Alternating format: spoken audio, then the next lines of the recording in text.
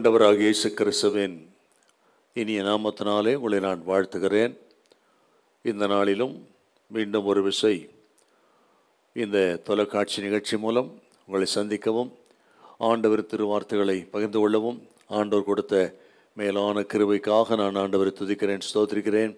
கர்த்தர் நல்லவர். ஹல்லேலூயா, praise the Lord. ஆண்டவர் உங்களை ஆசீர்வதிப்பாராக என்று வாழ்த்துகிறேன். இப்பொழுதும் கர்த்தர் நம்மோடு பேசும்படியாக தலைகளை தாழ்த்தி ஜெபம் பண்ணுவோம். பரிசுத்தமுள்ள நல்ல பிதாவே, உமக்கு நன்றி செலுத்துகிறோம்.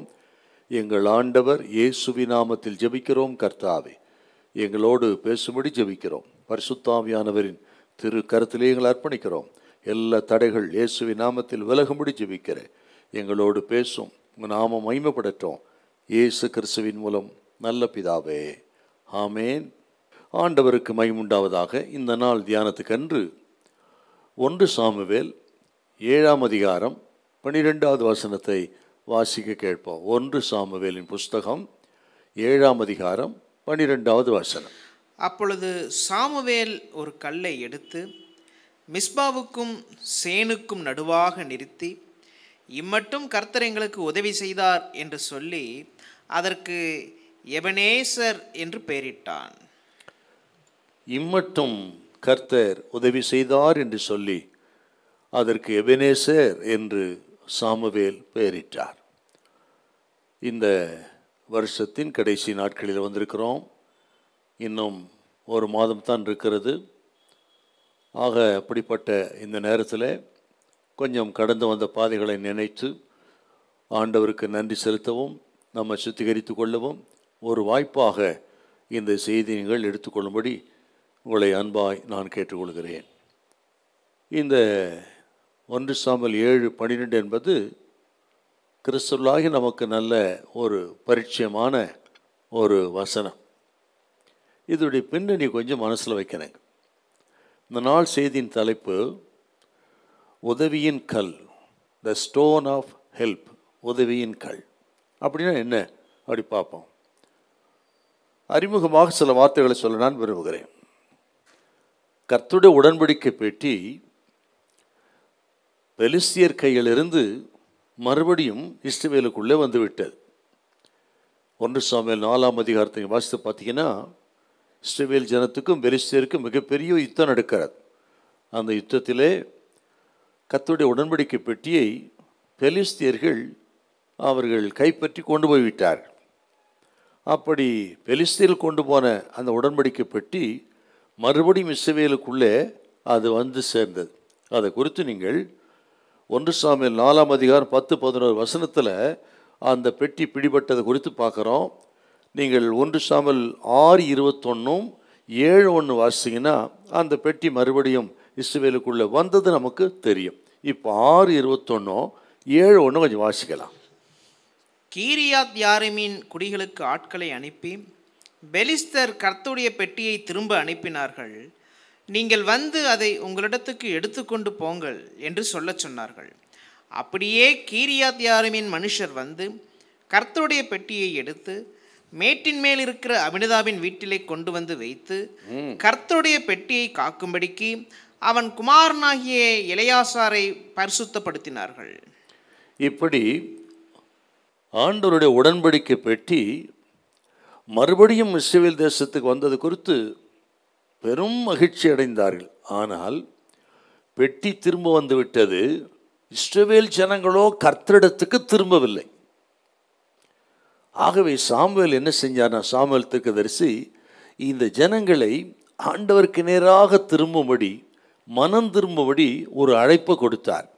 அந்த ஜனங்கள் எல்லாரும் ஆண்டவரிடத்துக்கு திரும்பினார்கள். இதை குறித்து நீங்கள் இந்த 7ஆம் அதிகாரத்தில் 3-4 வசனங்களில் அது குறித்து நம்ம பார்க்குறோம். அதை நான் பிறகு விரிவாக சொல்லுகிறேன். அப்படி முழு இஸ்ரவேல் ஜனமும் சாமுவேலின் வார்த்தையை கேட்டு அவர்கள் தங்கள் பாவங்களுக்காக மனம் திரும்பி தேவனிடத்துக்கு திரும்பினார்கள். அப்படி திரும்பின அந்த ஜனத்தை மிஸ்பா என்கிற இடத்திலே தான் சாமுவேல் கூட்டினார்.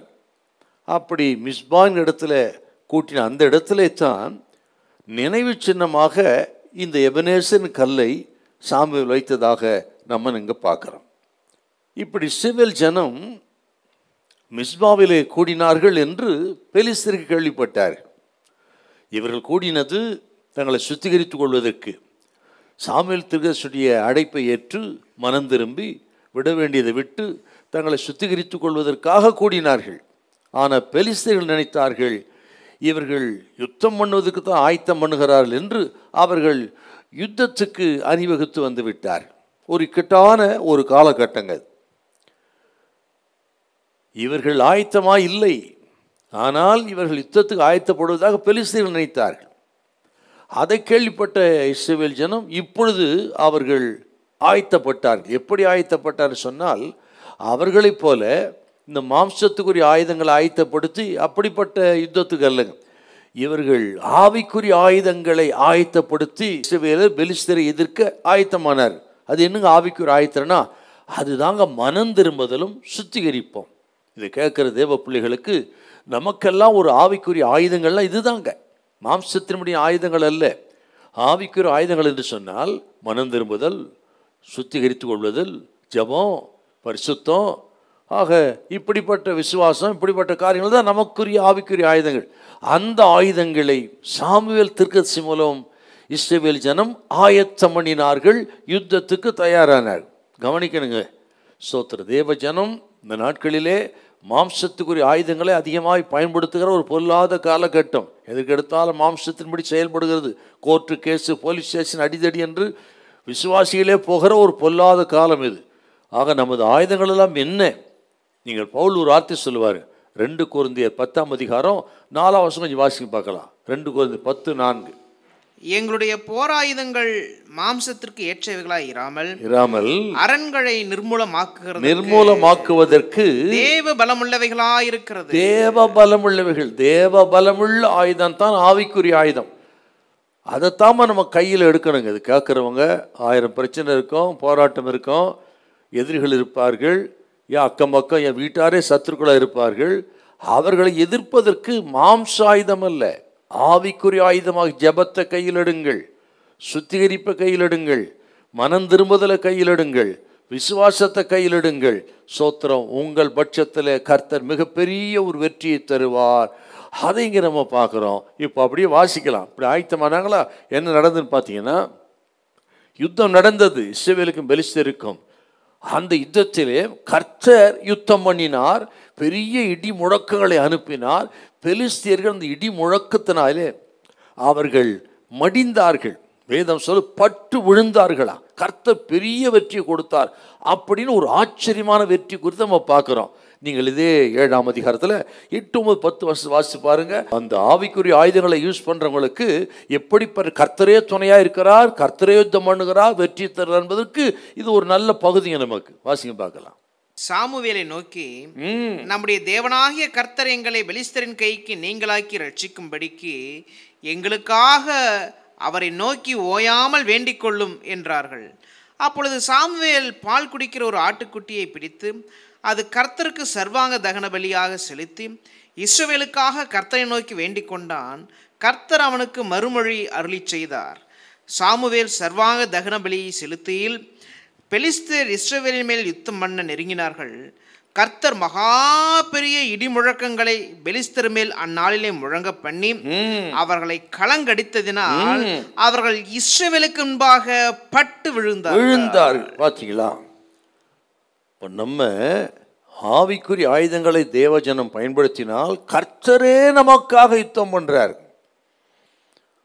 பாருங்க, இவர்கள் யுத்தம் பண்ணாமலே யுத்தத்தில் ஒரு வெற்றியை கர்த்தர் கொடுத்தார் என்றால், ஜெபம் என்கிற ஆயுதம், மனம் திரும்புதல் என்கிற ஆயுதம், சுத்திகரிப்பு என்கிற ஆயுதம், பரிசுத்தம் என்கிற ஆயுதம், இதை தான் கருத்தில் எடுக்கணும். நம்ம அதை எடுத்து விட்டால் கர்த்தர் நமக்காக யுத்தம் பண்ணுவார் என்பதற்கு அருமையான ஒரு இடம் இந்த இடம்.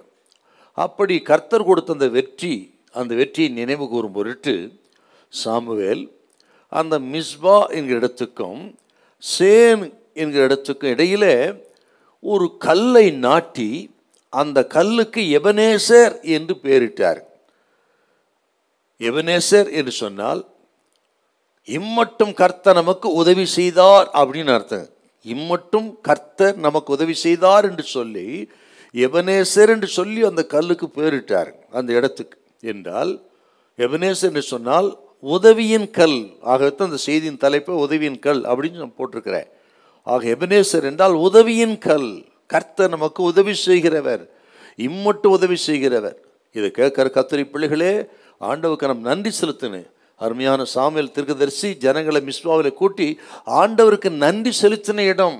அவர் நமக்கு உதவி செய்ததுக்கு அடையாளமாக அவரை துதித்து பாடி நன்றி செலுத்தின ஒரு இடம் தாங்க எபனேசர் என்றார்.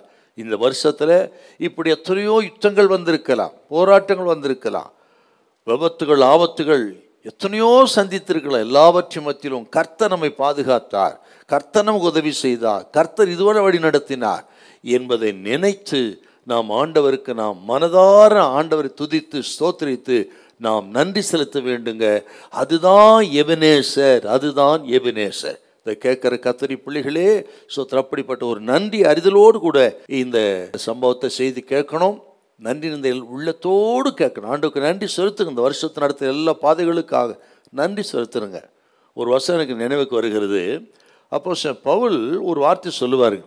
அப்போஸ்தலர் 26:22 கொஞ்சம் வாசிங்களேன். 26:22. ஆனாலும் தேவ அனுக்கிரகம் பெற்று நான் இந்நாள் வரைக்கும் சிறியோருக்கும் பெரியோருக்கும் சாட்சி கூறி வருகிறேன். சாட்சி கூறி தேவனுடைய அனுக்கிரகத்தை பெற்று, பார்த்தீங்களா, இந்நாள் வரைக்கும் நான் சாட்சி கூறி வருகிறேன். நான் சாட்சியாக இருப்பது காரணம் தேவனுடைய அனுக்கிரகம் அப்படின்னு பவுலடிகள் நன்றி செலுத்துறதுங்க நம்ம பார்க்குறோம்.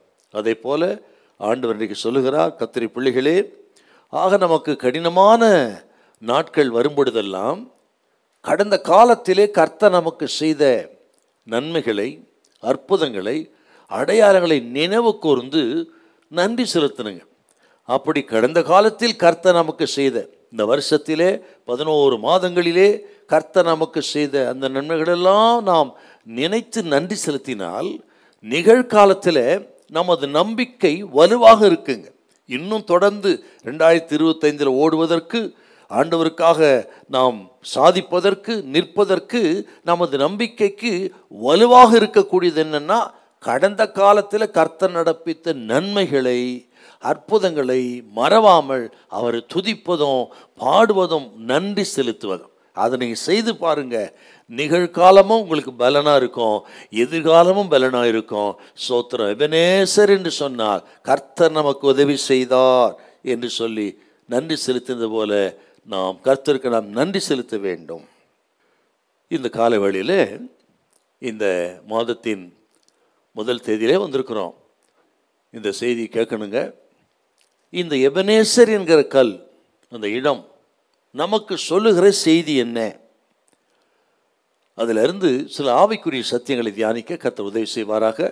இந்த டிசம்பர் மாதத்தில் இது நமக்கு பிரயோஜனமாக நான் விசுவாசிக்கிறேன். ஜெபத்தோடு கேட்கும்படி அன்பாக கேட்டுக்கொள்கிறேன். அல்லேலூயா, பிரைஸ் தி லார்ட். சரி, இதிலிருந்து எபனேசர் இந்த கல், அந்த இடம் நமக்கு கற்றுத்தருகிற பாடங்கள் என்ன? அந்த இடத்தை குறித்து பார்க்கும்போது முதலாவது குறிப்பு, முன்பு தோல்வி அடைந்த இடம். அந்த இடம் எபனேசர் பேர் வச்சார், பார்த்தீங்களா, ஒரு கல்லை நாட்டி. அந்த இடம் முன்பு தோல்வி அடைந்த இடம். இஸ்ரவேல் ஜனங்கள் 1 சாமுவேல் 4:1-2 வாசிக்க பார்க்கலாம். சாமுவேலின் வார்த்தை இஸ்ரவேலுக்கெல்லாம் வந்தது. இஸ்ரவேலர் பெலிஸ்தருக்கு விரோதமாய் யுத்தம் செய்ய புறப்பட்டு எபனேசருக்கு சமீபத்தில் பாளையம் இறங்கினார்கள். பெலிஸ்தரோ ஆப்பேக்கிலே பாளையம் இறங்கி இருந்தார்கள். பெலிஸ்தர் இஸ்ரவேலுக்கு விரோதமாய் அணிவகுத்து நின்றார்கள். யுத்தம் அதிகரித்து இஸ்ரவேலர் பெலிஸ்தருக்கு முன்பாக முறியடிக்கப்பட்டார்கள். அவர்கள் சேனையின் போர்க்களத்திலே ஏறக்குறைய 4000 பேர் வெட்டுண்டு போனார்கள். பார்த்தீங்களா, பெலிஸ்தியருக்கு இஸ்ரவேலருக்கும் யுத்தம் நடைபெற்ற ஒரு இடம் முன்பு என்றால், இந்த இடம் எபனேசர் என்கிற இந்த இடம் நமக்கு சொல்லுகிற செய்தி என்ன? அல்லது இஸ்ரவேல் ஜனத்துக்கு சொல்லுகிற செய்தி என்ன அப்படின்னா, இதே இடத்திலே தான் பெலிஸ்தியருக்கும் இஸ்ரவேல் ஜனத்துக்கும் பெரும் யுத்தம் உண்டு. 2 தரப்பிலும் அநேகர் மடிந்தார்கள், பெரிய அழிவை கண்டார். அப்படி கண்ட இடங்க இது என்றால், இந்த எபனேசர் என்கிற கல் நமக்கு அநேக செய்திகளை கொடுக்கிறது. குறிப்பாக இந்த கல் இருக்குங்களே, எபனேசர் கல் அடையாளமாக நிறுத்தப்பட்ட அந்த கல்லுங்கிறது அது பேசுகின்ற ஒரு கல், சாதாரண கல் கிடையாதுங்க. கவனிக்கணும், நம்ம நினைவு தூணாக நிறுத்தினாலும் அது சில காரியங்களை பேசுகிறது. அது பேசுகிற கல்லுங்க. அந்த கற்களுக்கு காதுகள் உண்டு, அது பேசக்கூடியது. இன்னும் நான் பேசுறது வினோதமாக நினைக்கிறீங்களா? வசனம் சொல்லுதுங்க, அப்படி வாசிக்கலாமா? அது என்ன பேசுது, என்ன கேட்குது பாருங்க. யோசுவா 24:27 வாசிங்க. யோசுவா 24:27. எல்லா ஜனங்களையும் நோக்கி, இதோ இந்த கல் நமக்குள்ளே சாட்சியா இருக்க கடவுது. இந்த கல் நமக்குள்ளே சாட்சியா இருக்க கடவுது. கர்த்தர் நம்மோட சொன்ன எல்லா வார்த்தைகளும் இது கேட்டது. நீங்கள் உங்கள் தேவனுக்கு விரோதமாக பொய் சொல்லாதபடிக்கு இது உங்களுக்கு சாட்சியா இருக்க கடவுது. பாத்தீங்களா? இந்த கல் நமக்கு சாட்சி. இந்த வார்த்தையெல்லாம் இது கேட்டது, இது சாட்சியா இருக்கு. அப்புறம் இந்த அடையாளக்கல் அது கேட்கக்கூடிய திறன் கொண்டது. கவனிக்கணுங்க, நான் சொல்லலுக்கு யோசுவா சொல்றாரு பாருங்க. அப்புறம் அப்பன் இயேசு ஒரு வார்த்தையை சொன்னாருங்க. ஆண்டவர் என்ன சொன்னார் பாருங்க. லூக்கா சுவிசேஷம் நீங்கள் 19ஆம் அதிகாரம் 40வது வாசிங்க பார்க்கலாம். அவர்களுக்கு அவர் பிரதியுத்தரமாக, இவர்கள் பேசாமல் இருந்தால் இந்த கல்லுகளே கூப்பிடும் என்று உங்களுக்கு சொல்லுகிறேன். கல்லுகளே கூப்பிடும். பார்த்தீங்களா? ஆண்டவரே சொல்றாருங்க, கல்லுகள் கூப்பிடக்கூடியது. ஆகவே தான் சொன்னேன், இந்த கற்கள் எல்லாம் பேசக்கூடியது, கூப்பிடக்கூடியது, கேட்கக்கூடிய திறன் கொண்டது என்றார். இந்த எபனேசர் இந்த இடத்துல இந்த நாட்டின் இந்த கல் இது பேசுகிறது. என்ன பேசுது? இப்போ அந்த 4ஆம் அதிகாரத்துக்கு வந்தீங்கன்னா, இஸ்ரவேல் ஜனத்துக்கும் பெலிஸ்தருக்கும் மிகப்பெரிய யுத்தம் நடந்து அந்த இடத்துல மிகப்பெரிய ஒரு அழிவு உண்டாயிற்று. அப்படியே நான் சொல்ல கவனிச்சிட்டோம். அது என்ன பேசுன்னு சொல்ல வராங்க பாருங்க. இப்போ நீங்கள் 4ஆம் அதிகாரத்தில் 2வது வாசியம் பார்க்கலாம். பெலிஸ்தர் இஸ்ரவேலருக்கு விரோதமாய் அணிவகுத்து நின்றார்கள். யுத்தம் அதிகரித்து இஸ்ரவேலர் பெலிஸ்தருக்கு முன்பாக முறியடிக்கப்பட்டார்கள். அவர்கள் சேனையில் போர்க்களத்திலே ஏறக்குறைய 4000 பேர் வெட்டுண்டு போனார்கள். மிகப்பெரிய ஒரு அழிவு உண்டாயிற்று.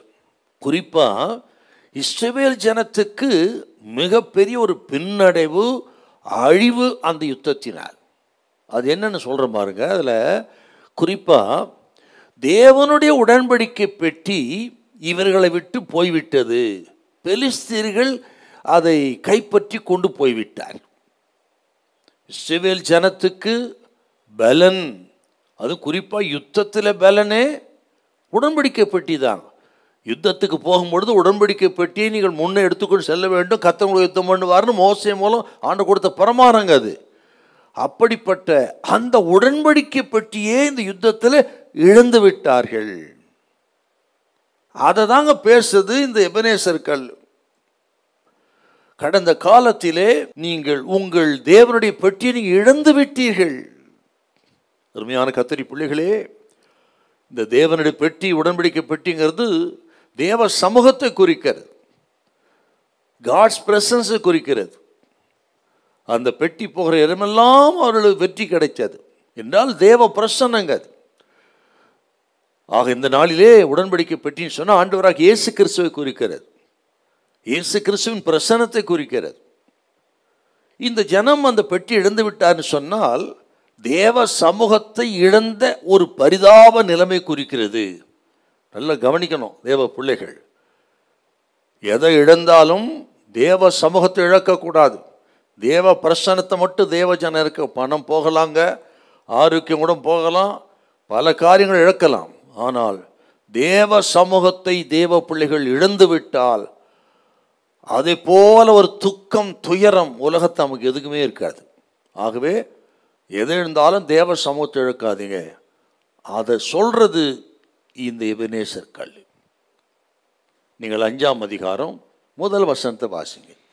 பெலிஸ்தர் தேவனுடைய பெட்டியை பிடித்து அதை எபனேசரிலிருந்து அஸ்தோத்திற்கு கொண்டு போய் விட்டார்கள்.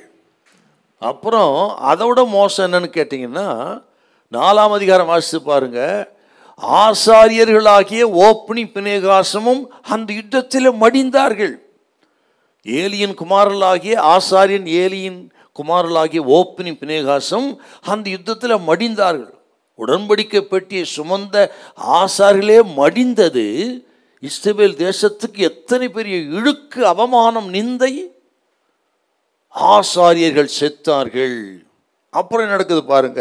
நீ அப்படியே தொடர்ந்து 4ஆம் அதிகாரம் 10ஆம் வசனம் வாசித்தீங்கன்னா, இஸ்ரவேல் ஜனம் அந்த யுத்தத்தில் முறிந்தோடினார்கள், புறமுதுகு காட்டினார்கள், கேவலமான ஒரு தோல்வி அடைந்தார். பார்த்தீங்களா? தேவனோட உடன்படிக்கை இழந்து விட்டால் என்ன நடக்குங்க? ஆசாரியர்கள் மடிந்தார்கள். மற்றும் இஸ்ரவேல் ஜனம் தேவனால் தெரிந்து கொள்ளப்பட்ட ஜனம், உலகத்திலே விசேஷமான ஜனம் என்று சொல்லப்பட்ட ஜனம் எதிரிகளின் பாளையத்திலே முறிந்தோடி அவமானப்பட்டார்கள். அதை இந்த எபனேசர் கல் சொல்லுது. அது மட்டும் இல்லைங்க, நீங்கள் வாசித்து பாருங்க. ரொம்ப மோசமான ஒரு துக்கமான விஷயம் என்னன்னா, 4ஆம் அதிகாரம் 21, 22 மகிமை இஸ்ரவேலை விட்டு போய்விட்டது அப்படின்னு அந்த ஆசாரியோட மருமக சொல்லி தான் சாகுது அந்த அம்மா. வாசிக்கலாமா? 4ஆம் அதிகாரம் 21, 22.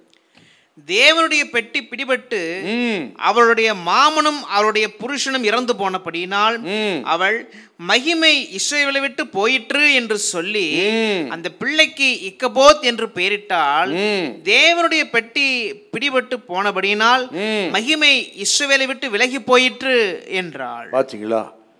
மகிமை இஸ்ரவேலை காத்த மகிமை அவர்களை விட்டு விலகி போய்விட்டது என்றால் இத்தனை பெரிய துயரம், வெட்கம், அவமானம், தோல்வி, நஷ்டம் என்றால் இந்த இடத்துக்கு முன்பு இவர்கள் அடைந்த அழிவும் நாசமும் வேதனையும் இதுதான். அதை எபனேசர் சொல்லுகிறது. இதே இடத்தில் தானே நீங்கள் முன்பு அவமானப்பட்டீர்கள், தோல்வி அடைந்தீர்கள், நஷ்டமடைந்தீர்கள், தேவ மகிமை இழந்தீர்கள், ஆசாரியங்கள அடையாளத்தையே நீங்கள் இழந்து விட்ட பகுதி இந்த இடம் அப்படின்னு சாமுவேல் இவர்களுக்கு நினைப்பூட்டுறாருங்க. ஆனால் இந்த இடத்துல அதே பெலிஸ்தரத்தை வெற்றி பெற்ற பிறகு தோற்று போன இடம், அவமானப்பட்ட இடம், நிந்திக்கப்பட்ட இடம், தோல்வி அடைந்த இடம், அந்த இடமே இப்போது வெற்றியின் இடமாக மாறுகிறது. அதுதாங்க எபனேசர். தோல்வி வெற்றியாக மாறுகிறது, நிந்தை அவமானம் எல்லாம் ஜெயமாக மாறுகிறது, துக்கம் துயரம் எல்லாம் மகிழ்ச்சியாக மாறுகிறது. அந்த இடம் தாங்க எபனேசர். அந்த இடத்துக்கு தான் அவர் எபனேசர் பெயர் வைத்தார். அருமையான கர்த்தருடைய பிள்ளைகளே, இந்த நாளிலே இந்த வருஷத்தின் கடைசியில் வந்திருக்கிற தேவ ஜனத்துக்கு சொல்கிறார், கடந்த மாதங்கள் எல்லாம் எத்தனையோ நிந்தை அனுபவிச்சிருக்கலாம், தோல்வி அனுபவித்திருக்கலாம், நீங்கள் உங்களுடைய ஆவிக்குரிய அடையாளங்களை இழந்து போயிருக்கலாம், நஷ்டப்பட்டிருக்கலாம். இந்த நாளிலே முதல் தேதியில் கர்த்தர் சொல்லுகிறார், அப்படி இழந்த எல்லாவற்றையும் திரும்ப பெற்று எங்கே தோல்வி அடைந்தீர்களோ அந்த இடத்துல வெற்றி பெறுவீர்கள். சோத்திர நிந்தை அவமானம் எல்லாம் மாறும். கர்த்தர் சொல்கிறார், உன் நிந்தை கர்த்தர் நாளில் புரட்டி போடுகிறார். அதுதான் எபனேசர்கள். ஹல்லேலூயா, ஸ்தோத்திரம். நிந்தை புரட்டப்பட்ட இடம் அப்படின்னு ஒரு இடத்துல வாசிக்கிறோம் நம்ம.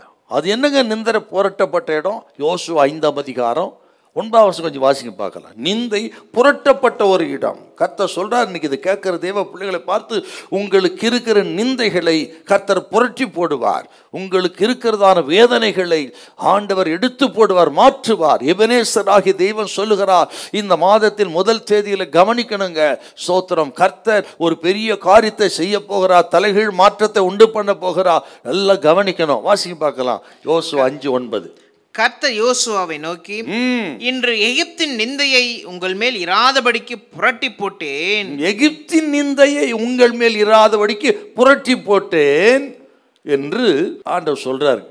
என்றால் எகிப்தின் நிந்தை என்றால் 430 வருஷம் இஸ்ரவேல் ஜனத்தை அடிமைகளாக வைத்திருந்தார்கள். அந்த அடிமைச்சனம் என்கிற நிந்தையை நான் புரட்டினேன் என்று கானான் தேசத்துக்குள்ளே பிரவேசித்த பொழுது சொன்ன வார்த்தைங்க.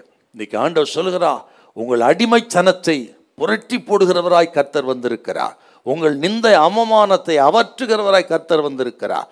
ஸ்தோத்திரம். பல சூழ்நிலை நிமித்தம் நீங்கள் தலைகுனிந்த வாழ்க்கை வாழ்ந்திருக்கலாம். ஒருவேளை பிள்ளைகளினாலே அல்லது குடிகார புருஷனால கூட இருக்கலாம். நிந்த அவமானத்தோடு தலைகுனிந்த வாழ்க்கையோடு இருக்கலாம். கர்த்தர் சொல்லுகிறா, அப்படிப்பட்ட குடும்பத்தை பார்த்து, தேவ ஜனத்தை பார்த்து கர்த்தர் சொல்லுகிறா, உங்கள் நிந்தை இந்த நாளை புரட்டி போடுகிறா, உங்கள் துக்கத்தை சந்தோஷமாய் மாற்றுகிறா.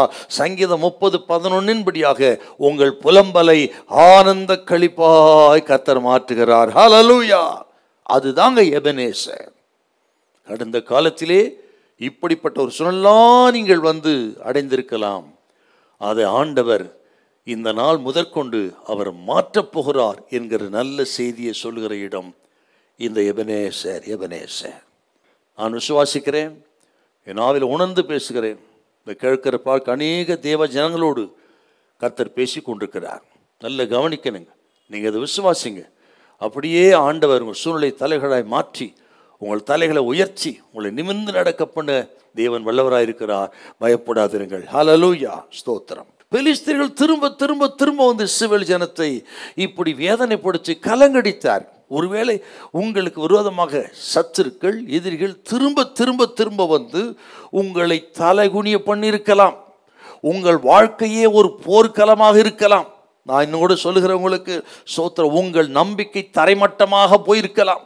உங்கள் நற்சாட்சி, உங்களுடைய பேர் புகழெல்லாம் அது தரையிலே அல்ல சேற்றிலே வீசப்பட்ட ஒரு கிரீடத்தை போல போயிருக்கலாம். கிரீடம் என்றால் கனத்துக்குரியது, மேன்மைக்குரியது.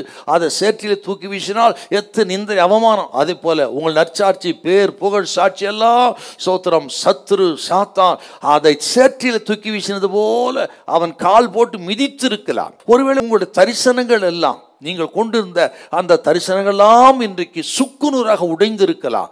ஒருவேளை உங்களுக்கு இருந்த அடையாளங்களே இல்லாமல் போயிருக்கலாம். ஆவிக்குரிய அடையாளங்கள் என்று சொல்லப்பட்ட அடையாளங்களே இல்லாமல் போயிருக்கலாம். இன்றைக்கு வெறுமையா இருக்கலாம். உங்களோடு கர்த்தர் பேசுகிறார். எபனேசராகிய தெய்வம் பேசுகிறார். அதை இழந்த எல்லாவற்றையும் திரும்ப கொடுத்து உங்களை கனம் பண்ணி ஆசீர்வதிக்க வந்திருக்கிறார். நமது எபனேசராகிய இயேசு கிறிஸ்து அதை உங்களுக்கு கொடுத்து உங்களை கனம் பண்ணுகிறார். பயப்படாதிருங்கள். ஹல்லேலூயா. ஸ்தோத்திரம். இதை நான் சொல்லும் பொழுது அந்த இஸ்ரவேல் ஜனத்தினுடைய நிலைமை குறித்து சொல்லப்பட்ட ஒரு சங்கீத வார்த்தை எனக்கு ஞாபகத்துக்கு வருகிறது.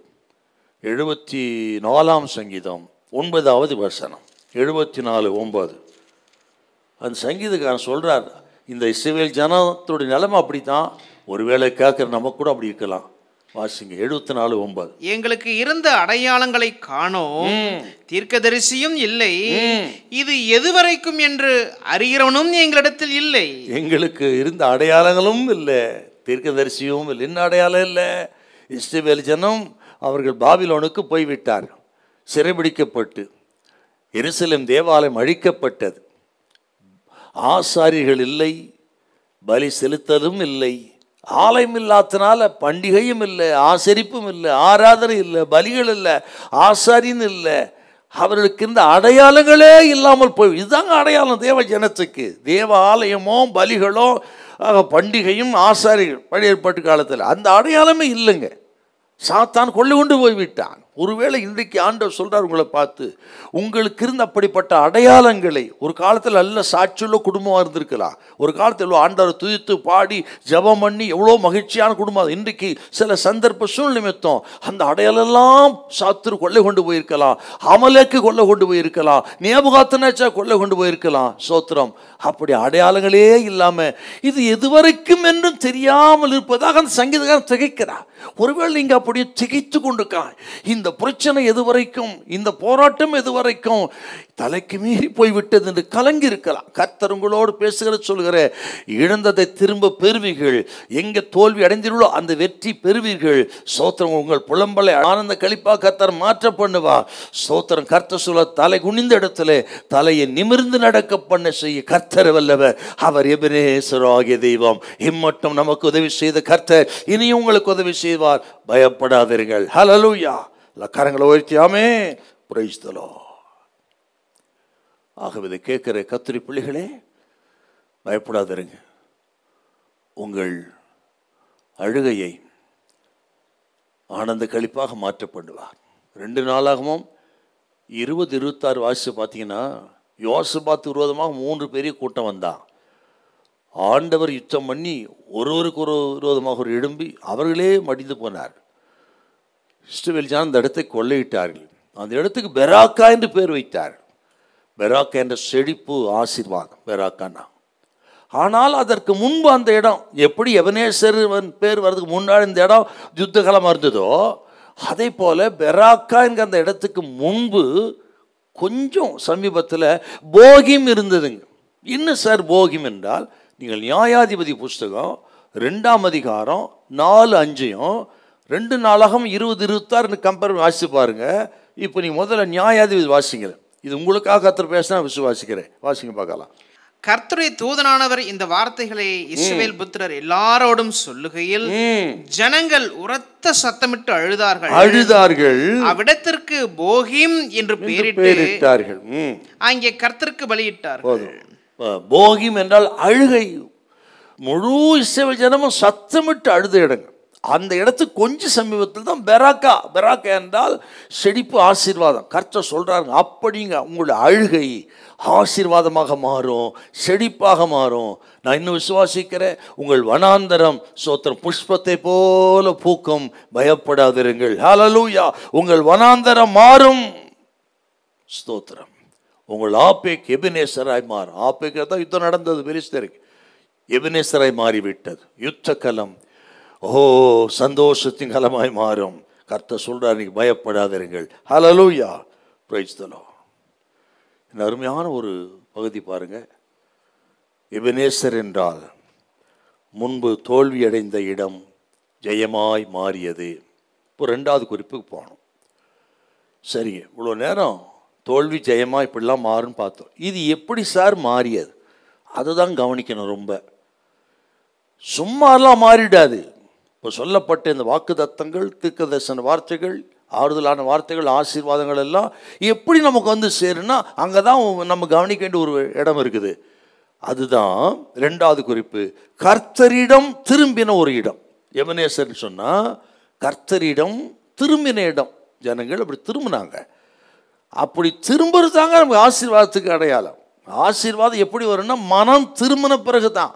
இப்போ அதை டீட்டெயில்டாக பார்க்கலாம். 1 சாமுவேல் 7:3-4 அப்பொழுது சாமுவேல் இஸ்ரவேல் குடும்பத்தார் யாவரையும் நோக்கி, நீங்கள் உங்கள் முழு இருதயத்தோடும் கர்த்தரிடத்தில் திரும்புவீர்கள் ஆனால் அந்நிய தேவர்களையும் அஸ்தரோத்தையும் உங்கள் நடுவிலிருந்து விலக்கி உங்கள் இருதயத்தை கர்த்தருக்கு நேராக்கி அவர் ஒருவருக்கே ஆராதனை செய்யுங்கள். அப்பொழுது அவர் உங்களை பெலிஸ்துடைய கைக்கு நீங்களாக்கி விடுவார் என்றார். அப்பொழுது இஸ்ரவேல் புத்திரர் பாகால்களையும் அஸ்தரோத்தையும்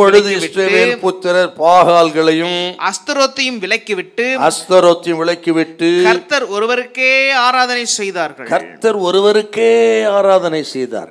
விலக்க வேண்டியதை விலக்கினார்கள், மனம் திரும்பினார்கள். அதன் பலன்தான் யுத்தக்களம், அழுகை, கண்ணீர், நிந்தை, அவமானம் இப்பொழுது ஆசீர்வாதமாய் மாறுகிறது, வெற்றியாய் மாறுகிறது. என்றால் ஆண்டவர் இதெல்லாம் நமக்கு தலைகீழ் மாற்றத்தை நம்ம வாழ்க்கையில் கொண்டு வரணும்னா சும்மா வந்துடாதுங்க.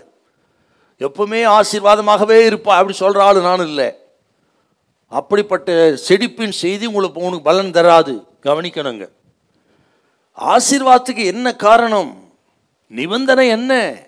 நிபந்தனை இல்லாத ஆசீர்வாதம், ஆசீர்வாதம் வராது, ஆசீர்வாதம் இல்லைங்க. என்ன கண்டிஷன்? இங்கே இவ்வளோ நேரம் கேட்டமே, ஆசீர்வாதத்தை திருப்புவார்னு. எப்படி திருப்புவார்? அந்த ஜனம் விட வேண்டியதை விட்டு விட்டு தூக்கி வீசி விட்டு மனம் திரும்பி தேவனை அண்டிக் கொண்டார்கள். அப்போதாங்க அது நடக்குது. அதுதான் நம்ம வாசி கேட்டோம். சாமுவேல் தீர்க்கதரிசி கிட்டத்தட்ட 20 வருஷம் அவர் பட்ட பிரயாசத்தின் பலன், அவர் ஜெபித்த ஜெபத்தின் பலன், இப்பொழுது இஸ்ரவேல் ஜனம் தங்கள் முற்பிதாக்களின் தேவனாகிய ஆண்டவரிடத்துக்கு அவர்கள் திரும்பினார்கள். அப்படி திரும்ப வைப்பதற்கு 20 வருஷம் சாமுவேலுடைய பிரயாசங்கள் தேவையா இருந்தது. சாமுவேலின் பிரயாசம் அதிகம். ஒரு ஜெபிக்கிற தேவ மனுஷனால் தேசம் எப்படி ஆசிர்வதிக்கப்படுவது என்பது காரணம் கவனிக்கணும். ஒரு ஜெபிக்கிற பிள்ளைகள் மூலம்தான் குடும்பம் ஆசிர்வதிக்கப்படும். ஜெபிக்கிறதால் தான் தேசம், சபை, பட்டணம் ஆசிர்வதிக்கப்படும். வேற எந்த விதத்திலும் வராது. 20 வருஷம் சாமுவேலின் ஜெபம் பிரயாசம் பின்வாங்கி போன இஸ்ரவேல் ஜனத்தை மறுபடியும் தேவனிடத்துக்கு திருப்பியது. அதை நினைவு கூறுகிற ஒரு இடம் இந்த எபனேசர். இப்போ அப்படி எப்படி திரும்பினாங்கிற ஒரு டீட்டெயில் கொஞ்சம் நம்ம பார்த்துருவோம். இப்போ நீங்கள் 7ஆம் அதிகாரத்தில் 5-6 கூட கொஞ்சம் வாசிங்களேன். பின்பு சாமுவேல், நான் உங்களுக்காக கர்த்தரை மன்றாடும்படிக்கு இஸ்ரவேலர் எல்லாரையும் மிஸ்பாவிலே கூட்டுங்கள் என்றான். அவர்கள் அப்படியே மிஸ்பாவிலே கூடி வந்து தண்ணீர் மொண்டு கர்த்தருடைய சந்நிதியில் ஊற்றி அன்றைய தினம் உபவாசம் பண்ணி கர்த்தருக்கு விரோதமாய் பாவம் செய்தோம் என்று அங்கே சொன்னார்கள். மிஸ்பாவிலே சாமுவேல் இஸ்ரவேல் புத்திரரை நியாயம் விசாரித்துக் கொண்டிருந்தான். சமத்த இஸ்ரவேலும் மிஸ்பான்றத கூடிட்டாங்க. அத்தனை பேரும் அவர்கள் கூடினார்கள் என்பதே அவர்கள் மனந்திருமனது அடையாளம். தங்களை முழுமாய் தேவனிடத்திலே தாழ்த்தினார்கள் அப்படின்னு அடையாளம். அவர்கள் கூடினதே அவர்கள் மனம் திரும்பினதற்கும் தங்களை தாழ்த்தினதுக்கு அடையாளம். அப்படிப்பட்ட ஒரு கூடுகுதாங்க இந்த மிஸ்பா. இஸ்ரவேல் சரித்திரத்திலே மறக்கக்கூடிய இடங்களில் ஒன்று இந்த மிஸ்பா. நம்ம வாழ்க்கையிலும் அப்படித்தான். நாம் மறக்கக்கூடாத, மறக்க முடியாத ஒரு விஷயம் என்றால் தேவனிடத்துக்கு திரும்புவதும் நம்மை தாழ்த்தி அர்ப்பணித்து நம்மை சுத்திகரித்து கொள்வதும். இந்த வருஷத்தின் கடைசியில் நம்ம வந்திருக்கிறோம். குடும்பமாக அல்ல தனிநபராக அல்ல சபையாக கவனியுங்கள். 2025 நமக்கு ஆசீர்வாதமாக இருக்க வேண்டும் என்றால் வேற எங்கேயும் இல்லைங்க. சுவிட்சு எங்கேயும் கிடையாது. ஜெபத்தில் தான் இருக்குது, மனம் திரும்புதல் தான் இருக்குது.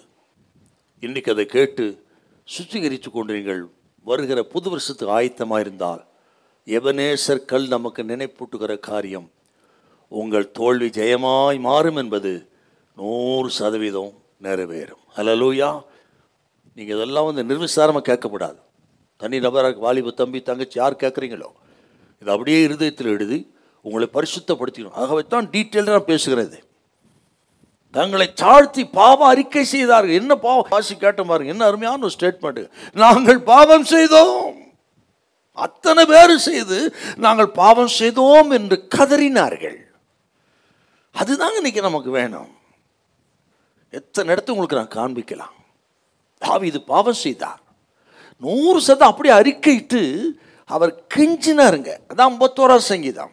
ஆகவேத்தான் தாவீதை மன்னித்து இருதயத்துக்கு ஏற்றதாசம் சொன்னார் பாருங்க, இல்லைங்களா? இளையகுமாரனை போல ஒரு பாவரிக்கை நமக்கு வேணுங்க. நமக்கு தகப்பனே உமக்கு விரோதமாக பரத்துக்கு விரோதம் பாவம் செய்த குமாரன் என்று சொல்லப்படுவதற்கு பாத்திரவன் அல்ல, முத கூலிக்கார ஒருவராக வைத்துக் கொள்ளும் அப்படின்னு அவன் மனம் திரும்பி பாவரிக்கை அவன் தீர்மானம் மனது மட்டும் இல்லை, தகப்பனத்தில் அந்த அறிக்கை பண்ணாங்க. ஆகவே தகப்பன் மறுபடியும் உயர்த்தி அந்த பழைய ஸ்தானத்துக்கு கொடுத்தார். சிலருடைய அறிக்கை ரொம்ப முக்கியங்க. ஆயாக்கு அந்த ஓமையில் பார்த்தீங்களா, தேவனே இந்த பாவி மேல் கிருபையாயிரும், பார்த்தீங்களா? இப்போ இந்த அறிக்கைலாம் எவ்வளோ முக்கியங்க. அந்த வலது பக்கத்து கள்ளன் சிலுவையில் எப்படி அறிக்கை பண்ணுகிறான். இன்னொரு கள்ளன் அவனும் நிந்திக்கிறான் ஆண்டவர் இயேசுவை, அவனை கடிந்து கொள்றான். இந்த ஆக்கினைக்கு உட்பட்டும் நீ தேவனுக்கு பயப்படுறது இல்லையா? நாமோ நியாயப்படி தண்டிக்கப்படுகிறோம், இவரோ தகாத ஒன்று செய்யவில்லையே அப்படின்னு ஒரு அறிக்கை பண்ணாம பாருங்க. அப்படி பண்ணிட்டு திரும்பி அப்பாவை பார்த்து, ஆண்டவரே முதராஜ்யத்தில் வரும்பொழுது அடியானை நினைத்தருளும்னு சொன்னான். அவ்வளோதாங்க. அடுத்த நிமிஷமே பாருங்க, இன்றைக்கு என்னுடனே கூட பரதேசி இருப்பா. ஒரு நிமிஷத்தில் அவன் பாவரிக்கை கேட்டு அவனை மன்னித்து அவனை தூக்கி அவர் பரதேசுக்கு போகும்போது கூடவே கையோட கூட்டு போயிட்டார். அப்பா, இந்த மனம் திரும்புவதற்கும் பாவ அறிக்கைக்கும் எத்தனை பெரிய வல்லமை இருக்கிறது. இந்த வருஷத்து கடைசியில் வந்திருக்கிறோம், அது செய்யணுங்க. நாங்கள் பாவம் செய்தோம் அதோடு நிறுத்தலைங்க. இன்னொரு பியூட்டிஃபுல்லான வார்த்தை இருக்குது, 7:9 கொஞ்சம் வாசிங்க. 7:9. அப்பொழுது சாமுவேல் பால் குடிக்கிற ஒரு ஆட்டுக்குட்டியை பிடித்து அதை கர்த்தருக்கு சர்வாங்க தகன பலியாக செலுத்தி இஸ்ரவேலுக்காக கர்த்தரை நோக்கி வேண்டிக் கொண்டான். கர்த்தர் அவனுக்கு மறுமொழி அருளி செய்தார். பார்த்தீங்களா, ஒரு ஆட்டுக்குட்டியை பிடித்து சர்வாங்க தகன பலியாய் செலுத்தினான் என்றால் இஸ்ரவேல் ஜனம் முழு இருதயத்தோடு தன்னை தேவனுக்கு அர்ப்பணித்ததை காண்பிக்க. அதாங்க சர்வாங்க தகன பலி என்றால்.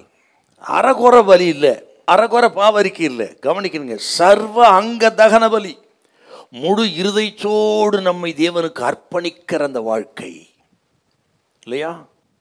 ரோமர் 12:1 சொல்லுது. புத்தி உள்ள ஆராதனை எதுங்க? புத்தி உள்ள ஆராதனை நமது சரீரங்களை தேவனுக்கு பிரியமான பரிசுத்த பலியாக ஒப்பு கொடுப்பதே நாம் செய்யத்தக்கதான புத்தி உள்ள ஆராதனை. வாசிக்கலாமா? 12:1. அப்படி இருக்க சகோதரரே, நீங்கள் உங்கள் சரீரங்களை பரிசுத்தமும் தேவனுக்கு பிரியமான ஜீவ பலியாக ஒப்பு கொடுக்க வேண்டும் என்று தேவனுடைய இரக்கங்களை முன்னிட்டு உங்களை வேண்டிக் கொள்ளுகிறேன். இதுவே நீங்கள் செய்யத்தக்க புத்தியுள்ள ஆராதனை.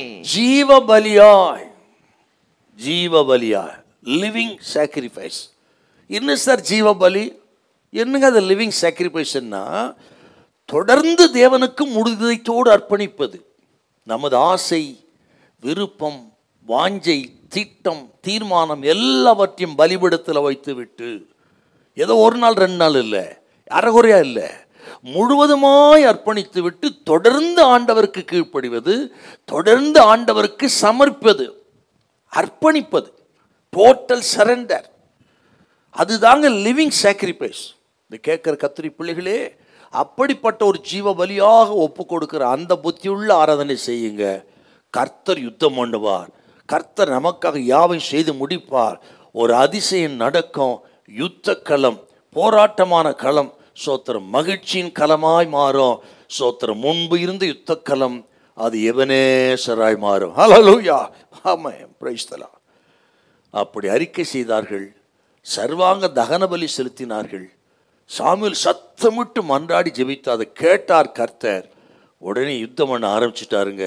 7:10 வாசம், பெலிஸ்தர்கள் பட்டு விழுந்தார்கள். அப்போ நம்ம ஆசீர்வாதத்துக்கு, வெற்றிக்கு எங்கே ஆரம்ப புள்ளி இருக்கு பார்த்தீங்களா? நம்மை சுத்திகரித்து கொண்டு அர்ப்பணித்து, முழுமையாய் அர்ப்பணித்து பாவ அறிக்கை செய்து ஜெபம் பண்ணுகிற ஒரு இடம்.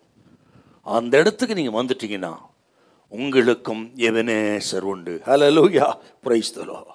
நான் உங்களை பார்த்து கேட்குறேன், இதை கேட்குற தெய்வ பிள்ளைகளே, உங்கள் வாழ்க்கையில் இந்த மிஸ்பா உண்டா?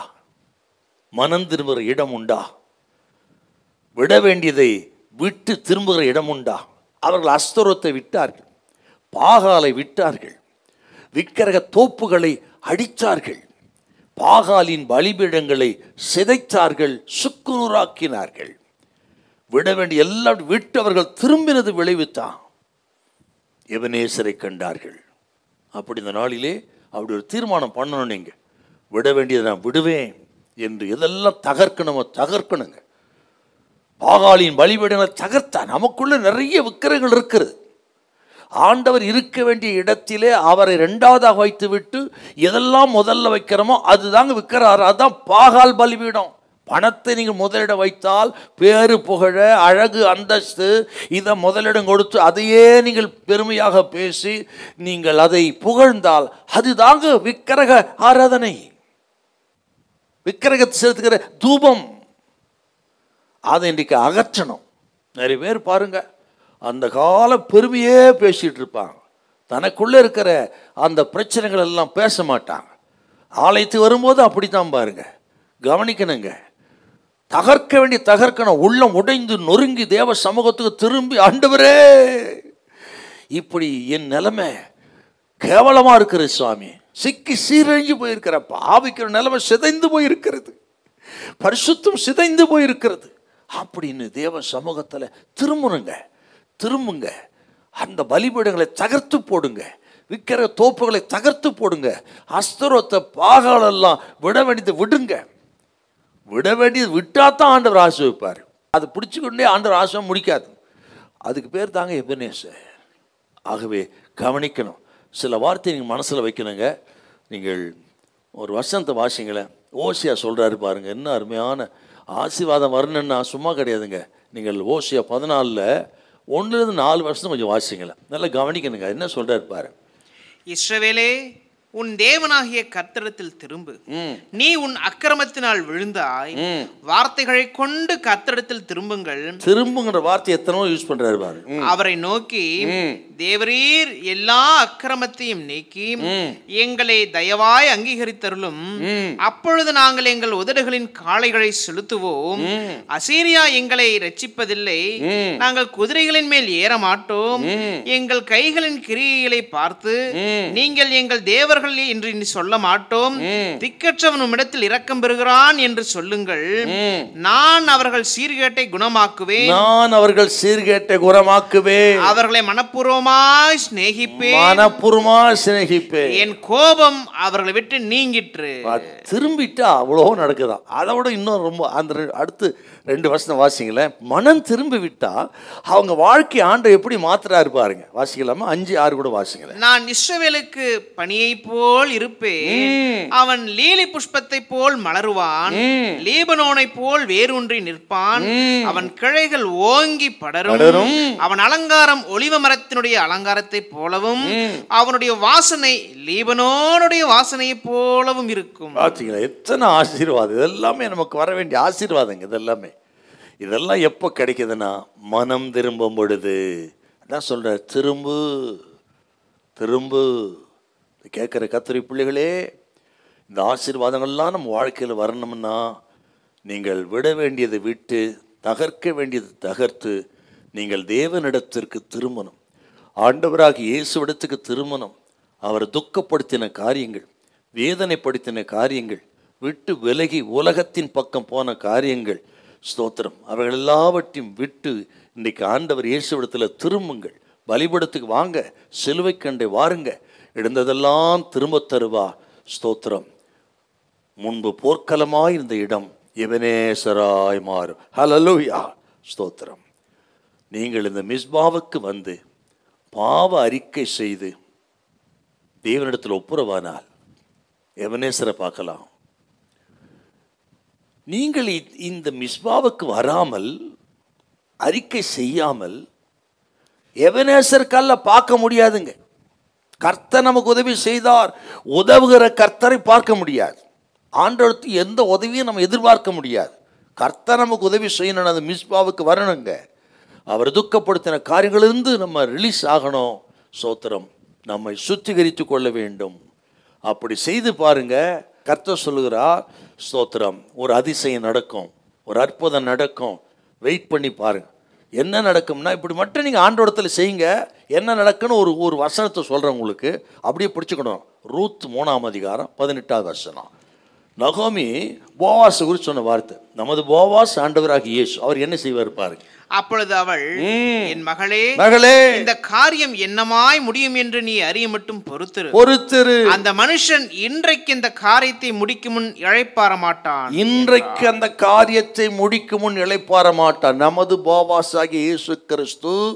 நீங்கள் திரும்பிவிட்டால், அவர் துக்கப்படுத்தின காரியங்கள், அவரை மனமடிவாக்கின காரியங்கள் எல்லாவற்றுக்கும் மனம் திரும்பிவிட்டால் உங்கள் எபனேசரை பார்க்கலாம் என்று சொன்னால், நமது எபனேசராகிய தெய்வம், நமது போவாஸ் ஆகிய தெய்வம், ஸ்தோத்திரம், அவர் உங்களுக்கு செய்கிற காரியம் ஆச்சரியம் அதிசயமா இருக்கும். பொறுத்திருந்து பாருங்கள்.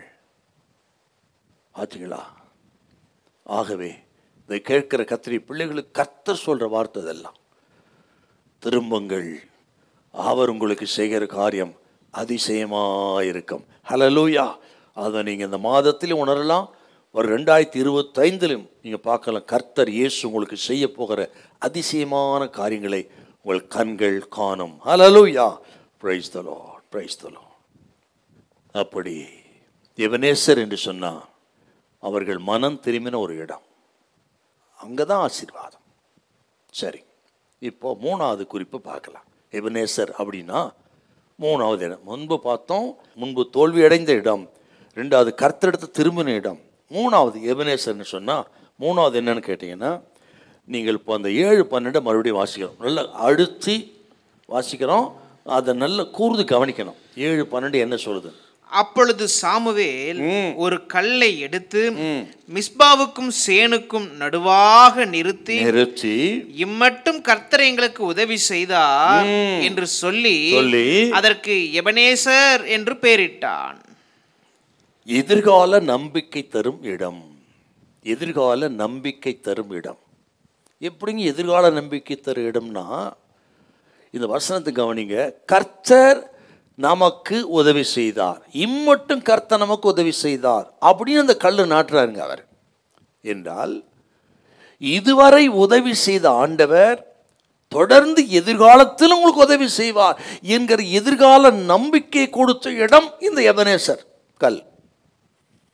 இம்மட்டும் உதவி செய்தவர் நீங்கள் தொடர்ந்து மனம் திரும்புதலுக்கும் எடுத்த தீர்மானத்தில் நினைத்திருந்தால், உங்கள் வாழ்க்கை பயணத்திலே நீங்கள் தொடர்ந்து ஆண்டவரை உறுதியாய் பற்றி கொண்டு சுத்திகரித்து கொண்டு நடந்தால், இம்மட்டும் உதவி செய்த கர்த்தர் இனிமேலும் உதவி செய்வார், கடைசி வரை உதவி செய்வார்.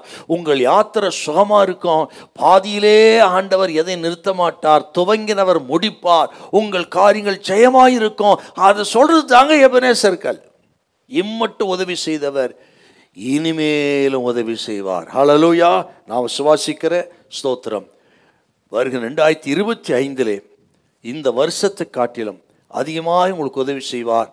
நான் சொன்னது போல அப்படி நடந்தான். ஆக எதிர்கால நம்பிக்கையை கொடுக்கக்கூடிய ஒரு இடம் இந்த எபனேசர். ஹட்சன் டெய்லர் சீனாவிலே இன்டர்மிஷன்கிற மிஷினரி ஸ்தாபனத்தை ஏற்படுத்தின மிகப்பெரிய மிஷினரி ஹட்சன் டெய்லர். அவர் தன்னுடைய வீட்டுக்கு முன்னாடி வீட்டு முகப்பில் 2 வார்த்தை எழுதி வச்சிருப்பார். அது என்னன்னு கேட்டிங்கன்னா, ஒன்று எபனேசர், இன்னொன்று யெகோவா ஈரே. இந்த 2 வார்த்தையை அவர் அங்கே எழுதி வச்சிருப்பாராங்க. எபனேசர், யெகோவா ஈரே. எபனேசர் என்றால் இம்மட்டும் கர்த்தர் நமக்கு உதவி செய்தார். யெகோவா ஈரே என்று சொன்னால் இனி எல்லாவற்றையும் அவர் பார்த்து கொள்வார். என் அருமையான வார்த்தைங்க. அந்த இடம் தாங்க இந்த எபனேசர். இதை கேட்குற கத்திரி பிள்ளைகளே, இந்த வருஷத்தில் இதுவரை உங்களுக்கு உதவி செய்தவர் எபனேசராகிய தெய்வம் யெகோவா ஈரே 2025 அல்லது இந்த டிசம்பர் மாதத்தில் எல்லாவற்றையும் உங்களை பார்த்து கொள்வார். பயப்படாதிருங்கள். ஹல்லேலூயா, ஸ்தோத்திரம். பவுல் ஒரு வார்த்தை சொல்லுவார். 2 கொரிந்தியர் 1:10 அவர் சொன்ன அற்புதமான ஒரு வார்த்தை. 2 கொரிந்தியர் 1:10. அப்படிப்பட்ட மரணத்தின் என்றும் அவர் எங்களை தப்புவித்தார், இப்பொழுதும் தப்புவிக்கிறார், இன்னும் தப்புவிப்பார் என்று அவரை நம்பி இருக்கிறோம். பாத்தீங்களா? தப்புவித்தார், தப்புவிக்கிறார், இனியும் தப்புவிப்பார். அவர் தாங்க எபனேசராகிய தெய்வம். அதை நம்புங்கள். உங்கள் நம்பிக்கை வீண் போவதில்லை. கர்த்தர் இனியும் நடத்துவார். உங்களை எப்படி ஆண்டவர் நடத்துவார்? இந்த குடும்பத்தையும் நடத்துவாரா? என்னையும் நடத்துவாரா? எனக்கு எந்த பேக்ரவுண்டும் இல்லை, படிப்பில் அது இல்லை, இதில் இல்லை, இதெல்லாம் போயிடுச்சு. என்னை நடத்துவாரா? கர்த்தர்னால உங்களை நடத்துவார். நடத்துவார். ஹட்சன் டெய்லரை நடத்தினார், பவுலடிகளை நடத்தினார், இந்த வருஷம் முழுவதும் நடத்தினார், இனி வருகின்ற வருஷம் முழுவதும் நடத்துவார். அவர் நம்மை நடத்துகிற தேவன் என்பதை நமக்கு நினைப்பூட்டுவது இந்த எபனேசர் கல். எபனேசர் கல். ஆகவே ஆண்டவரோடு செய்த அந்த உடன்படிக்கையில் உறுதியாருங்கள், நிலைத்திருங்கள். தினந்தோறும் அவங்களை சுத்திகரித்து கொண்டே உங்கள் பயணம் போகட்டும். நான் விசுவாசிக்கிறேன், எபனேசர் கல் என்பது போல உங்கள் பயணத்தில் மைல்கல் எல்லாமே எபனேசராகவே இருக்கும். நம்ம பயணத்தில் ஆங்காங்கே மைல்கல் பார்க்குறோம். அதே போல் நமக்கு மைல்கல் போல எபனேசர் ஆங்காங்கே தொடர்ந்து நம்மோடு இருப்பார். நமது பயணத்தில் எபனேசராகவே இருப்பார். ஆகவே தான் சொன்னேன், நமது மைல்கல் எபனேசர் கல். ஹல்லேலூயா, பிரைஸ் தி லார்ட். உங்களுடைய பயணம் வெற்றியாக இருக்கும், உங்கள் பயணம் மகிழ்ச்சியாக இருக்கும், மகிமையாக இருக்கும். பயப்படாதிருங்கள். கர்த்தரோடு செய்த உடன்படிக்கையில் தேவஜனம் உறுதியாக இருங்கள். டெய்லி தினந்தோறும் அர்ப்பணித்து உடன்படிக்கை உறுதி செய்து சுத்திகரித்து கொண்டு டெய்லி ஆண்டவரோடு நடங்க. நீங்கள் கைவிட்டு சேர காரியங்கள் எல்லாம் வாய்க்க பண்ண கர்த்தர் வல்லவராக இருக்கிறார். ஹல்லேலூயா, ஸ்தோத்திரம். இப்போ அப்படிப்பட்ட எபனேசர் கல் அவர் சாமுவேல் நாட்டினார்னு பார்த்தோம். ஒரு குறிப்பை சொல்ல விரும்புகிறேன். பழைய ஏற்பாட்டு காலங்களில் பார்த்தீங்கன்னா, இப்படி நினைவு கற்களை நாட்டுவது என்பது யூதர்களுக்கு வழக்கமாக இருந்திருக்கு. யாக்கோபின் காலத்திலிருந்து நினைவு சின்னங்களை, நினைவு கற்களை நாட்டுவது வழக்கமாக இருந்தது. அதைத்தான் இப்போ சாமுவேலும் பண்ணுறாரு. நீங்கள் அப்படியே வசனம் சொல்கிறேன் பாருங்க. ஆதியாம் 28ஆம் அதிகாரம் 20 முதல் 22 வசனத்தில் யாக்கோபு ஒரு கல்லை எடுத்து தூணாக்கி அங்கே நட்டு ஆண்டுக்கு நன்றி செலுத்தினான்னு பார்க்குறோம். அவரே 15-14 அப்படி பண்ணுறாரு. யோசுவா 4:9, யோசுவா 4:19 21 வரலாம். அப்புறம் 7ஆம் அதிகாரம் 24 26 வரலாம். 8ஆம் அதிகாரம் 29, 10ஆம் அதிகாரம் 25 முதல் 27, 24ஆம் அதிகாரம் 26 28 இதெல்லாம் பாருங்கள். ஆங்காங்கே நினைவு கற்களை நாட்டினான். ஆரம்பத்திலே சொன்னேன், இந்த நினைவுக்குன்னு சொல் பேசக்கூடியது, கேட்கக்கூடியது. ஆகவே அதெல்லாம் நினைப்பூட்டுதலாக நடத்தியிருக்கார். நமது வாழ்நாளிலும் ஸ்தோத்திரம், நான் விசுவாசிக்கிறேன். ஸ்தோத்திரம், இந்த எபனேசர் கல்லை போல இந்த செய்தி உங்களுக்கு ஒரு நினைப்பூட்டக்கூடிய ஒரு செய்தியாக இருக்கும், மறக்கக்கூடாத ஒரு செய்தியாக இருக்கும். தேவஜன் அதை மனதில் வைத்து உங்களை பரிசுத்தப்படுத்தி கொண்டு தொடர்ந்து நடக்கும்படி ஆண்டவர் உங்களை அழைக்கிறார். ஹல்லேலூயா, ஸ்தோத்திரம். எபனேசர் கல்லை எகிப்தில் பார்க்க முடியாது. ஆபிரகாம், நீங்கள் ஆதியாகமம் 12:10 வாசித்து பாருங்க, ஆண்டவர் வைத்த இடத்தை விட்டு பஞ்சகாலத்து நிமித்தம் எகிப்துக்கு போனார். விளைவு சாட்சி இழந்து தான் திரும்பி வந்தார். அங்கே எபனேசர் கல்லை பார்க்க முடியல. ஆகவே தான் எகிப்திலே எபனேசர் கல்லை பார்க்க முடியாது என்றார். ஆண்டவர் வைத்த ஸ்தானத்தை விட்டு விலகினா நீங்கள் எபனேசர் கல்லை பார்க்க முடியாதுங்க. உங்களுக்கு உதவி செய்கிற கர்த்தருடைய கரத்தை பார்க்க முடியாது. ஆகவே கர்த்தர் வைத்த ஸ்தானத்தில் இருந்து கனி கொடுக்கணும். அது கஷ்டமோ நஷ்டமோ, எத்தனை பாடு வந்தார், ஆண்டவர் எங்கே வைத்தார் அங்கே இருங்க. தேவசித்தத்தின் மையத்தில் இருங்க. எபனேசராகி தெய்வம் கடைசி வரை உங்களுக்கு உதவி செய்வார்.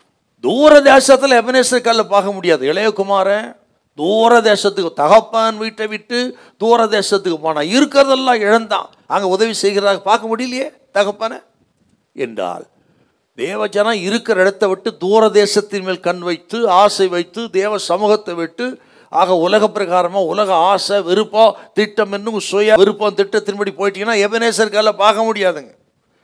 உதவி செய்கிற தெய்வத்தை பார்க்க முடியாது. அருமையான கர்த்தரி பிள்ளைகளே, வாலிப சகோதரனே சகோதரியே, கர்த்தர் உங்களை பார்த்து இன்னைக்கு சொல்லுகிறா, தேவ சமூகத்துட்டு போனதுனால தான் கர்த்தர் உதவியை பார்க்க முடியல உங்களால். தேவ சமூகத்தை கர்த்தர் வைத்த ஸ்தானத்தை விட்டு விலகி விட்டதுனால, தேவ சித்தத்தை விட்டு மீறி விட்டதுனால தான் இன்னைக்கு எபனேசராகிய தெய்வத்தை உதவி செய்கிற ஒரு கரத்தை பார்க்க முடியல. ஆண்டவர் கரத்தை பார்க்க முடியல. என் ஜபத்தை ஆண்டவர் கேட்கல, என் ஜபத்துக்கு பதில் வரல. ஏன் சார் வரலன்னா, கர்த்தர் வைத்த ஸ்தானம் தேவ சித்தத்தை விட்டு விலகி விட்டதினான் விளைவு. அவர் உதவியை பார்க்க முடியல. திரும்ப உதவி பெறனா நீங்கள் மறுபடியும் வரணும். எகிப்தை விட்டு வரணும் வெளியே. சோத்திர தூர தேசத்தை விட்டு தகப்பனுக்கு வரணும். இதெல்லாம் சொல்ல வேண்டிய சத்தியங்களை கேட்டு அதன்படி எதில் திரும்பி வரணும். வந்துருங்க. ஸ்தோத்திரம். கர்த்தர் சொல்கிறார், மறுபடியும் அந்த கரத்தை நீங்கள் பார்க்க முடியும். நான் விசுவாசிக்கிறேன். ஸ்தோத்திரம். உங்களை ஆசீர்வதிக்கிற அந்த கரம், உயர்த்துகிற அந்த கரம், வாழ வைக்கிற அந்த கரம், ஸ்தோத்திரம். உங்கள் சாபத்தை நீக்கி விடுகிற அந்த கரம், உங்கள் தரித்திரத்தை ஐஸ்வர்யம் மாற்றுகிற அந்த கரத்தை நீங்கள் பார்க்கலாம், பார்க்க முடியும். 2025 பார்க்கணும்னா நீங்கள் மறுபடியும் வரும்படியாக தேவன் உங்களை அழைக்கிறார். ஹல்லேலூயா. இன்னொரு விஷயத்தை நான் சொல்லுகிறேன். அவர்கள் எபனேசர் என்ற அந்த இடத்தை முன்குறித்து பேர் வைத்த முன்பு அந்த காரியத்தை நீங்க மறுபடியும் வாசிக்கணுங்க. 7:9 மறுபடியும் வாசிக்க பார்க்கலாம். 7:9. அப்பொழுது சாமுவேல் பால் குடிக்கிற ஒரு ஆட்டுக்குட்டியை பிடித்து அதை கர்த்தருக்கு சர்வாங்க தகன பலியாக செலுத்தி இஸ்ரவேலுக்காக கர்த்தரை நோக்கி வேண்டிக் கொண்டான். கர்த்தர் அவனுக்கு மறுமொழி சொல்லி செய்தார். ஒரு ஆட்டுக்குட்டியை பிடித்து சர்வாங்க தகன பலியா செலுத்தின பிறகுதான் ஜபத்தை கேட்டு தோல்வி ஜெயமாய் மாறுகிறது. அந்த இடத்துக்கு எபனேசர்னு பேர் வைத்தார் என்றால் என்ன அர்த்தங்க? நமக்காக அடிக்கப்பட்ட ஒரு தேவ ஆட்டுக்குட்டி ஆண்டவராகிய இயேசு கிறிஸ்து. முழு உலகத்தின் பாவத்தை சுமந்து தீர்க்க தேவாட்டுக்குட்டி இயேசு கிறிஸ்து. யோவான் 1:29 படி நமக்காக கல்வாரி சிலுவையில் அவர் அடிக்கப்பட்டார். சர்வாங்க தகன பலியா இயேசு நமக்காக பலியானார். அந்த பலியின் விளைவுதான் அவர் மரித்து அடக்கம் பண்ணப்பட்டு 3ஆம் நாள் உயிரோடு எழுந்தாரே. அந்த தியாகத்தின் அடிப்படையில், அந்த சிலுவை தியாகத்தினுடைய, அந்த சிலுவை பலியினுடைய, அந்த சிலுவையினுடைய அர்ப்பணிப்பு பாடுகள், அந்த சிலுவையினுடைய மரணம், சிலுவை மரணத்தினால் தான் இன்றைக்கு அவர் நமக்கு உதவி செய்கிறார். நம்மை தரித்திருந்து ஐஸ்வர்யங்களை மாற்றுகிறார். நம்ம சாபத்திலிருந்து சாபத்தை நீக்கி ஆசீர்வாதத்தை கொடுக்கிறார் என்றால், சாபம் ஆசீர்வாதம் மாறுவதற்கு காரணம் கல்வாரி சில நமக்காக அடிக்கப்பட்ட அந்த ஆட்டுக்குட்டியாகிய இயேசு, இயேசுவின் ரத்தத்தால் மீட்கப்பட்டு தேவஜனமே கர்த்தனுக்கு சொல்கிறார், உங்கள் தரித்திரத்தை ஐஸ்வர்யம் மாற்றுவா. என்ன ஐஸ்வர்யம்? ஆவிக்குரிய ஐஸ்வர்யம், சமாதானம், சந்தோஷம், மகிழ்ச்சி, நல்ல பரிசுத்தம், நித்திய ஜீவன். இப்படிப்பட்ட ஆசீர்வாதங்களை நிச்சயமாக கர்த்தர் உங்களுக்கு தருவார். எபனேசராகிய தெய்வம் உங்களுக்கு உதவி செய்ய, உங்களுக்காக அவர் அடிக்கப்பட்ட ஆட்டுக்குட்டியார் சிலுவையில் மரித்தாரே, அவருடைய தியாகத்தின் விளைவாக, அர்ப்பணிப்பின் விளைவாக, ரத்தத்தின் விளைவாக நமக்கு இன்றைக்கு வெற்றி கொடுக்க, அந்த ஒரு ஆட்டுக்குட்டியை சாமுவேல் அடித்து பலி செலுத்த பொழுது வெற்றி கொடுத்தார் என்றால் இயேசு கிறிஸ்துவின் சிலுவை மரணத்தான் நமக்கு வெற்றி கொண்டு வருகிறது. இயேசு கிறிஸ்துவின் ரத்தத்தினால் தான் நமக்கு வெற்றி கிடைக்கிறது. வெளிப்படுத்த 12:11 என்ன சொல்லுதுங்க? வாசித்து பாருங்க. ஆட்டுக்குட்டி ரத்தத்தினால் சாட்சி வளர்த்தினால் பொல்லாங்கனை ஜெயித்தார்கள். அந்த ஒரு ஆட்டுக்குட்டி அடித்ததின் விளைவு இஸ்ரவேல் ஜனத்துக்கு வெற்றி. நமக்காக அடிக்கப்பட்ட இயேசு கிறிஸ்துவின் ரத்தத்தின் பலனாகத்தான் நமக்கு வெற்றி. கொஞ்சம் வாசி அந்த வசனத்தை. வெளிப்படுத்தல் 12:11. மரணம் நேரிடுகிறதா இருந்தாலும் அதற்கு தப்பும்படி தங்கள் ஜீவனையும் பாராமல் ஆட்டுக்குட்டியின் ரத்தத்தினாலும் தங்கள் சாட்சியின் வசனத்தினாலும் அவனை ஜெயித்தார்கள். பாத்தீங்களா? அப்போ நமக்கு ஜெயம் நமக்காக அடிக்கப்பட்ட ஆட்டுக்குட்டி இயேசுவின் ரத்தத்தினால். அவர் பாதாளத்தை ஜெயித்தார், பேயை ஜெயித்தார், நமது சாபங்களை ஜெயித்தார். நமக்காக அடிக்கப்பட்ட ஆட்டுக்குட்டி இயேசு. இந்த நாளில் சொல்ல, அப்படிப்பட்ட எபனேசராகிய தெய்வம் நமக்கு உதவி செய்வார், நமது சாபங்களை மாற்றுவார், நமது இழந்து போன ஆசீர்வாதம் திரும்ப கொடுப்பார். பயப்படாதீர்கள். ஹல்லேலூயா. இந்த நாளிலே ஒரு கருத்தை சொல்லி நான் ஜெபிக்க விரும்புகிறேன். எபனேசர் என்று பெயர் வைத்தார் சாமுவேல் என்று சொன்னால், இம்மட்டும் கர்த்தர் உதவி செய்தார் என்று சொல்லி நன்றி செலுத்தினார். இந்த வருஷம் முழுவதும் கர்த்தர் நமக்கு பாராட்டிய நன்மைக்காக நன்றி செலுத்தணும். துதித்து பாடி நன்றி செலுத்துங்கள். உள்ளத்தின் ஆழத்தில் நன்றி செலுத்துங்கள். உங்களை ஆண்டவர் ஆசீர்வதிப்பார். கர்த்தர் சொல்ல, அன்றைக்கு ஆண்டவருக்கு நன்றி செலுத்துகிற நாட்களுக்குள்ளே நாம் வந்திருக்கிறோம். எபனேசர் என்று சொன்னால் எதுக்கெல்லாம் நன்றி சொல்லணும் அப்படி ஷார்ட்டாக சொல்கிறேன் பாருங்களேன். இதெல்லாம் உங்களுக்கு குறிப்பு நல்லா இருக்கும். இதுக்கெல்லாம் நீங்கள் நன்றி செலுத்துங்கள். என்ன பாருங்கள், எபனேசர் சொன்னால் அது எபனேசர் என்ன நமக்கு பேசுது? நம்பர் 1, எபனேசர் மீட்பை குறித்து பேசுகிறது. மீட்பை குறித்து அவர் மீட்டெடுத்தார். பார்த்தீங்களா? அடிமைத்தனத்தது யுத்தத்திலிருந்து. ஆக மீட்பை குறித்து நம்மையும் ஆண்டவர் சாபத்திலிருந்து, அக்கிரமத்திலிருந்து, அநியாயத்திலிருந்து, தரித்திரம் மீட்டெடுத்தாரே சிலுவையின் மூலம். அப்படிப்பட்ட அருள்நாதருக்கு நன்றி செலுத்துங்கள். 2வது, எபனேசர் பாதுகாப்பை குறித்து பேசுகிறது. அந்த ஜனத்தை, இஸ்ரவேல் ஜனத்தை பாதுகாத்த ஒரு இடம், பாதுகாப்பை குறிக்கிறது. நமக்கு இந்த வருஷம் முழுவதும் கர்த்தர் பாதுகாத்ததை நினைத்து ஆண்டவருக்கு நன்றி செலுத்துங்கள். 3வது, எபனேசர் ஜெபத்தை குறித்து பேசுகிறது. ஜெபம் பண்ணினால தான் எபனேசர் அந்த இடம் உண்டாயிற்று.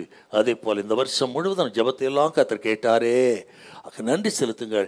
கேட்காத ஜெபத்துக்காக முறுமுறுக்கிறோம், அதை விட்டுருங்க. சோத்திரம். கேட்ட ஜெபத்துக்காக நன்றி செலுத்துங்கள். சோத்திரம். எபனேசராகி தெய்வம் நமக்கு உதவி செய்வார். 4வது, சோத்திரம், எபனேசர் வெற்றியை குறித்து பேசுகிறது. அந்த ஜனங்களுக்கு கர்த்தர் வெற்றியை கொடுத்தார்.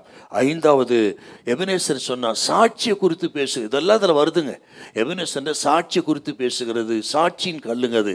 அதே போல் இந்த வருஷம் முழுவதும் கர்த்தர் நம்ம சாட்சியாக வைத்தாரே, அதற்காக நன்றி செலுத்தி கர்த்தரை பாடுங்கள்.